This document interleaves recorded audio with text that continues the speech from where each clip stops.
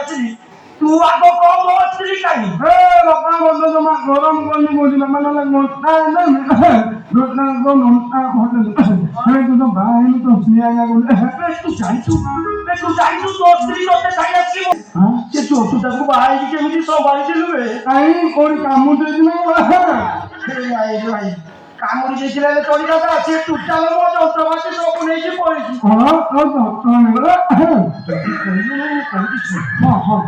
ମୋ ସ୍ତ୍ରୀ ରାତି ଅଧି ଆସି ମୋ ପାଖରେ ପହଞ୍ଚିଲା କହିଲା ବାରିକ ଭାଇ ମୁଁ ତମକୁ ବାହା ହେବି ବିଶ୍ୱାସ କରିବୁନୁ ମୁଁ ଭାରି ଇଚ୍ଛା ଥିଲା ବାହା ହେବି ବୋଲି କୋଉ ଝିଅ ପିଲା ରାଜି ହଉନାହାନ୍ତି ମୁଁ ଟିକେ ବାହା ହେଇକି କେରକେରା କରିବି ନାଇଁ ମୁଁ ସାଙ୍ଗେ ସାଙ୍ଗେ ତା କଥା ରାଜି ହେଇକି ସାଙ୍ଗେ ସାଙ୍ଗେ ବାହା ହେଇ ପଡ଼ିଲି ଘର ଭଉଣୀ ତା ସହିତ ପୁଣି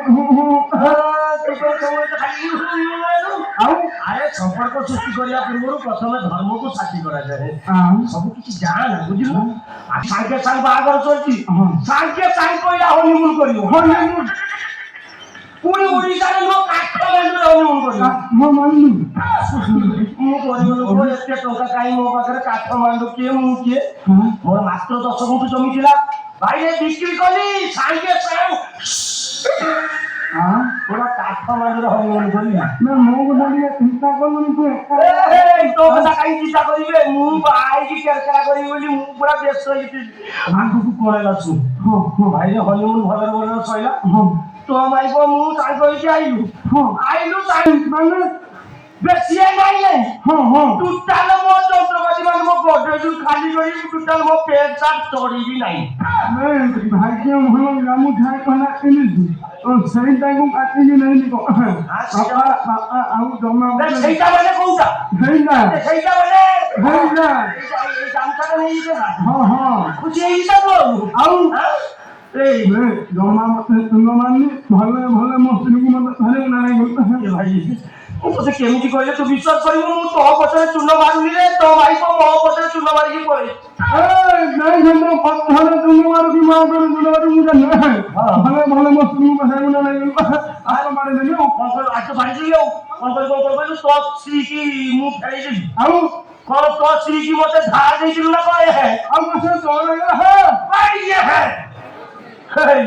ଜାଣିପାରୁନୁ 10 ଗୁଣ୍ଠ ଜମି ବିକ୍ରି କରି ହନିମୁନ କରିଛି ଯାକେ ଯାଇ କଥା ହେଇଛି ମୁଁ କହୁଛି ଫୁଲଝରି ମୋର ହେଲା ଖାଲି ମତେ ସେ ଧନ ମିଳିଯାଉ ମୋର ହଉଛି ଦେଖିବ କଥା ଭାଇ ଦେଖିବ ଫୁଲଝରି ମୋର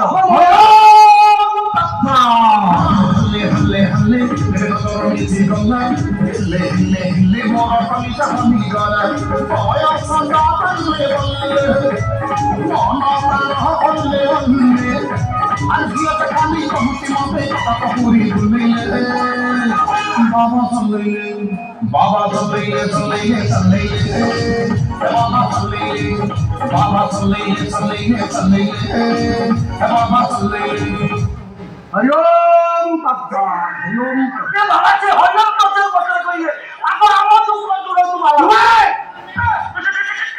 कोई नो श्री है आउ ये भाई तो गुरतले करती बोल तो केमिति कहले तू विश्वास करिवु के मोर श्री है से तो बिजन को कहारी भाग्यरे ना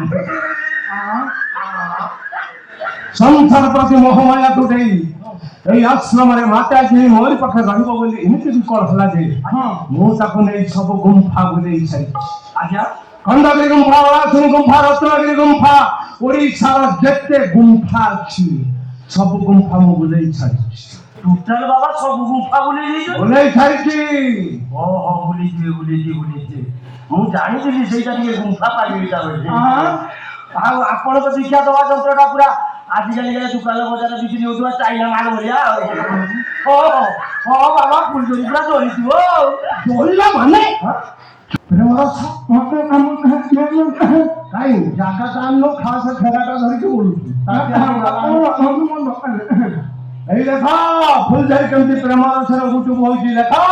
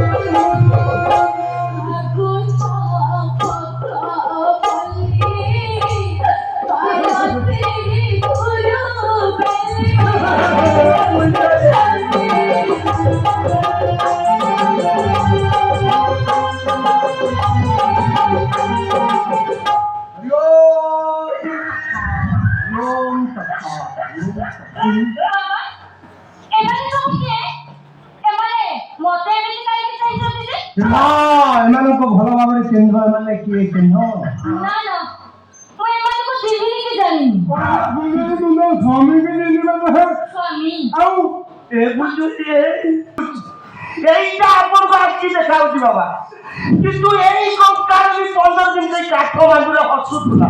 ସେଟା ତାର ହସର ଥିଲା ରେ, ସେଟା ତାର ବିକଳରେ ଅଟହାସ୍ୟ ଥିଲା। ରେ ଛଡ଼ାଟି ତୁ ରେ ବିକିରିଆ କାହିଁ ହନିମୁନ କରିବୁ ବୋଲି ଓଡ଼ିଶାରେ କୋଉଠି ଜାଗା ପାଇଲୁ ନାହିଁ। ମାତ୍ର ବସୁଧାରେ 10 ଗୁଣ୍ଠ ଜମି ଥିଲା, ତାକୁ ବିକି ଦେଇ କାଠମାଣ୍ଡୁ ଚାଲିଗଲୁ। ଯଦି ଏକରେ ଖଣ୍ଡେ ଥାନ୍ତା ତାକୁ ବିକି ଦେଇକି କଲମ୍ବିଆ କି ଜାମ୍ବିଆ ପଳେଇଥାନ୍ତା। ବାବା କଣ ପାଇଁ ଏତେ ସବୁ ଆଶା ଭରସା କଣ ପାଇଁ ରଖିଛୁ? ଭବିଷ୍ୟତକୁ ଆଶା କରି ସବୁ ଦେଇଦେଇଥିଲି ବାବା। ଭବିଷ୍ୟତ ଆଜ୍ଞା ତୋର ଆଉ ଭବିଷ୍ୟତ ଅଛି ନା ରେ? ତତେ ଦେଖିଲା ପରେ ବାପା ମୋର ନଅଙ୍କ ଦୁର୍ଭିକ୍ଷ କଥା ମନେ ପଡ଼ିଯାଉଛି। କଣ ବାବା ଶୁଣିଥିଲି ନଅଙ୍କ ଦୁର୍ଭିକ୍ଷରେ ଲୋକ ଗୁଡ଼ା ନ ଖାଇ ନ ପିଇ ଶୁଖିକିରି ମରି ଯାଇଥିଲେ।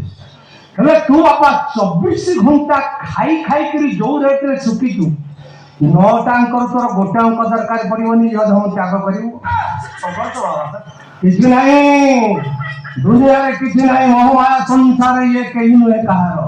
ଯଦି ଭଲରେ ଭଲରେ ମୁକ୍ତି ହବାକୁ ଚାହୁଁଛୁ ଭଗବାନଙ୍କୁ ଡାକ। ଦୟା କର ଦିନ ବନ୍ଧୁ ଯାଉ ଆଜ ଦିନ, ଦୟା କର ଦିନ ବନ୍ଧୁ ଯାଉ ଆଜ ଦିନ, ଦୟା କର ଦିନ ବନ୍ଧୁ ଅଖିଳ ଅନନ୍ତ ହରି କ୍ଷୀର ସାଗର ବିହାରୀ, ଅଖିଳ ଅନନ୍ତ ହରି କ୍ଷୀର ସାଗର ବିହାରୀ। ଲକ୍ଷ୍ମୀ ଦେବୀ ମନ କହି କାଳିୟ ସର୍ବଦଳନ, ଦୟା କର ଦିନ ବନ୍ଧୁ ଯାଉ ଆଜ ଦିନ, ଦୟା କର ଦିନ ବନ୍ଧୁ। ବାহ କି ସୁନ୍ଦର ପରିବେଶ ବାବା। ବାহ ଦୟା ପ୍ରଭୁ ଦୀନବନ୍ଧୁ ଆପଣଙ୍କ ଉପରେ କରିଛନ୍ତି ବାବା।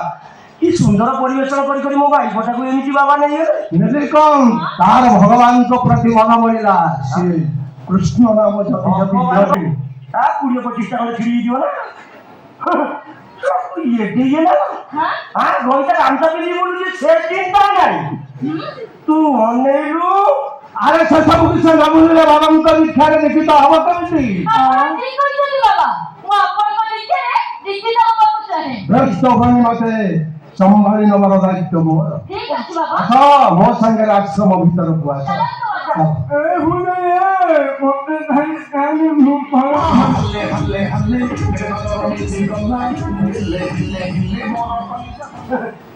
ତୁ ଆଉ କାହିଁ ଥାକୁଛୁ ଆମ ଭାଇକୁ ନେଇକି ତ ବାବା ପଳେଇଲା। ତୁ ଆଉ ଏମିତି ଥାକୁଛୁ କାହିଁକି ଏବେ ଆମକୁ ଗୋଟେ ରାଣ୍ଡ ହେଇକି ବସିବାକୁ ପଡ଼ିବ। ଯାହାକୁ ଶୁଦ୍ଧ ଓଡ଼ିଆରେ କହନ୍ତି ପୁରୁଷ ରାଣ୍ଡ। ଯାହାକି ଓଡ଼ିଆରେ ସମସ୍ତେ କହୁଛନ୍ତି ପୁରୁଷ ରାଣ୍ଡ, ସେଇଥିପାଇଁ ଆମେ କରିବା। ଗାଁ ଗାଁ ଘରେ ଘରେ ଯାଇ ବୁଲିବା ସେଇ ଟାଇଟେଲ ସଙ୍ଗ। ଚଳିଗଲା ନଈ ପାଣିରେ।